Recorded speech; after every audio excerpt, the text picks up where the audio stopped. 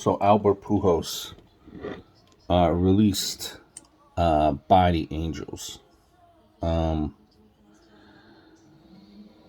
Look, with him, despite 5 home runs this season, Pujols is running a negative WAR this season.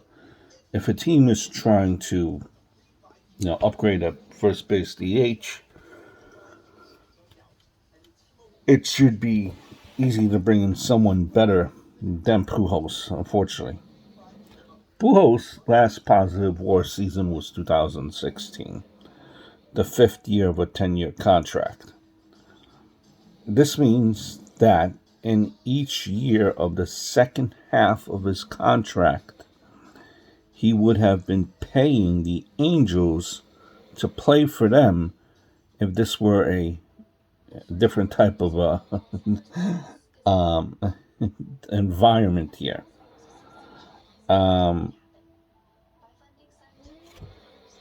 Listen, great player, even better person.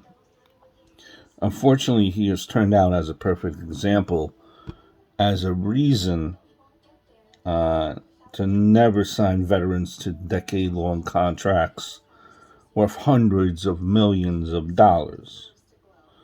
But, I do understand that when we make these signings, we never think about that. We worry about that down the road. We just kind of sometimes think about the here and now.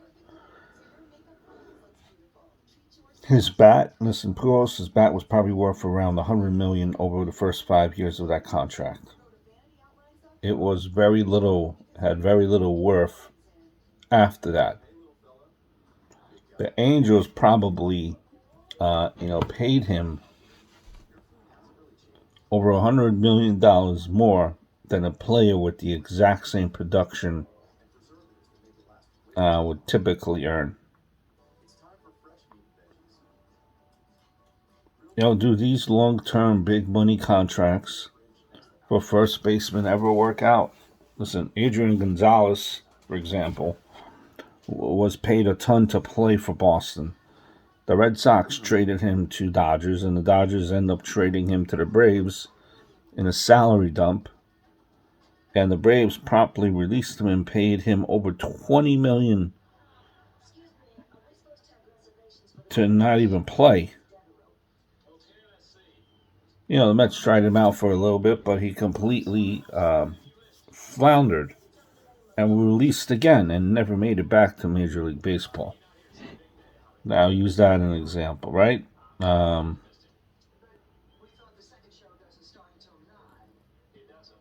You just look across the board. It's hard. It's hard to justify the money. Listen, these contracts never work out as in production. A lot of these big contracts come from the need to bring in a proven veteran with leadership attitude. Most teams rebuilding will do this when the kids are ready to play. All the examples, listen, he just got, without a doubt, a Hall of Famer. It's just a contract that towards the end did not work out. Where do I see him going from here?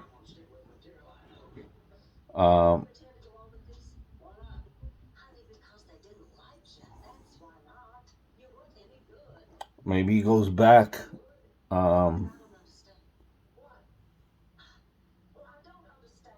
Maybe he visits Cleveland. Maybe he goes back to St. Louis. But it's a end. It's an end of I think, Hall of Fame career. I don't know where Pujols would go. I don't think he has much time left. I think Realistically, Pujols should have been released about 3 or 4 years ago. I hope all is well.